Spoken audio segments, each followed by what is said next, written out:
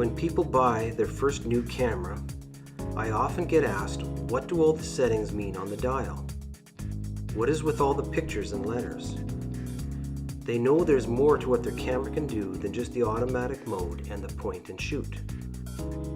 You may not know this, but the camera is set up to help you learn photography. Someone has put a lot of thought as to what the pictures and the letters are on the dial. What you will find that if someone sits down and explains it to you, it makes sense. For example, you may not be able to shoot in full manual mode, but if you read up on aperture, you learn that it has to do with depth of field. You can switch the dial to the letter A and start practicing what you know. The camera lets you decide what aperture setting you want. Then it will adjust all of the other settings for you. So, if you adjust your aperture setting to f4, get close to an object, and focus in on it, you will get a picture that looks like this.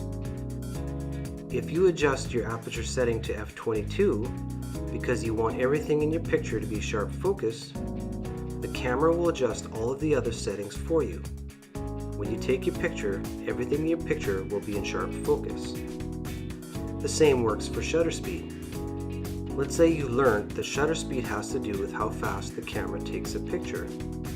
You studied up on it and learned that your camera can take slow 30-second shots and very fast 0.05 of a second shots. If you turn the camera to the letter S, you can start to practice using shutter speed without knowing all of the other settings. If you adjust your camera to 0.02 of a second, you will get a picture that freezes skateboarders or athletes in midair. If you change your shutter speed to 1 or 2 seconds and take a picture of a fast-moving stream, the water in your picture will have the cotton candy effect to it. You will need to use a tripod when doing these type of pictures. Also, if you adjust your shutter speed to 10 or 30 seconds, you will capture the light trails from cars. Shots that you thought were elusive will now be within your grasp. Again, the nice thing is that the camera will adjust all of the other settings for you.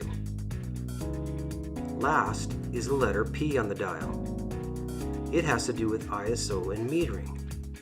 If you learn that it has to do with light sensitivity, if you're out in the bright sun, you can choose an ISO setting of 100 to 300. If you're indoors, you can set a higher setting to let more light in. As you work with this setting, you start to adjust the meter up or down to get the correct exposure. What happens over time, you start to understand all of the concepts.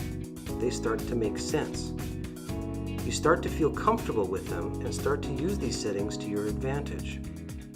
Once that happens, you are secretly preparing yourself to put all of the pieces you've learned separately together into one. You'll be ready to flip the switch and start using the elusive M mode on the dial. We will cover the details of the manual mode in another video. But for now, practice what you know until it starts to make sense. Let the camera help you out by making all of the other decisions for you. Well, that's it for dialing in on this video. Have fun and keep shooting.